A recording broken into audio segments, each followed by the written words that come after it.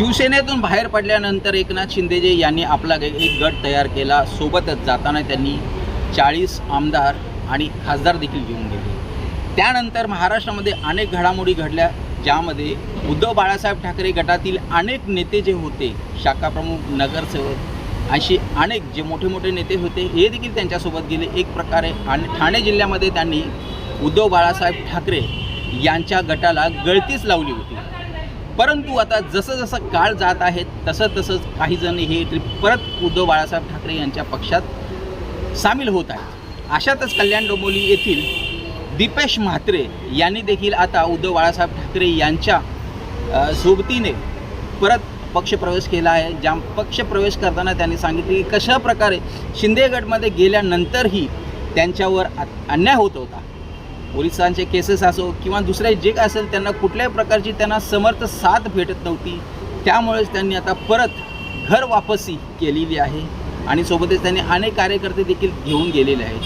महत्त्वाचा मुद्दा हा आहे की विधानसभेला काही महिने राहिले असताना अनेक शिंदे गटातील नेते असो किंवा नगरसेवक असो हे परत घर वापसी करत असल्यामुळे ठाणे जिल्ह्यामध्ये शिंदे गटाची जी ताकद होती ती कमी होत आहे, असंच काहीसं दिसत आहे. की पक्ष संघटना वाढवण्यासाठी जे काय करावं लागेल ते इथे उभे असलेले सर्व कार्यकर्ते मिळून आम्ही आपली पक्ष संघटना वाढवण्याचं ठाणे जिल्ह्यामध्ये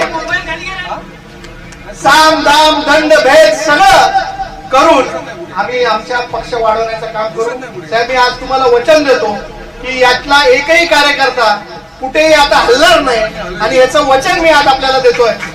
साहेब, ज्या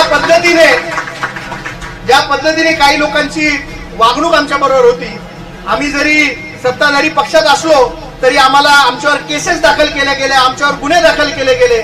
हे सगळं अन्यायकारक आणि महाराष्ट्र तोडण्याचं काम जे लोक करतायत त्यांना सोडून आज आम्ही तुमच्याकडे आलेलो आहे. आम्ही महाराष्ट्र जोडण्याचं काम करणार आहे. याच्या पुढे त्या कल्याण डोंबिवलीमध्ये अनेक नगरसेवकांची यांची इच्छा आहे की आपल्याकडे यावं.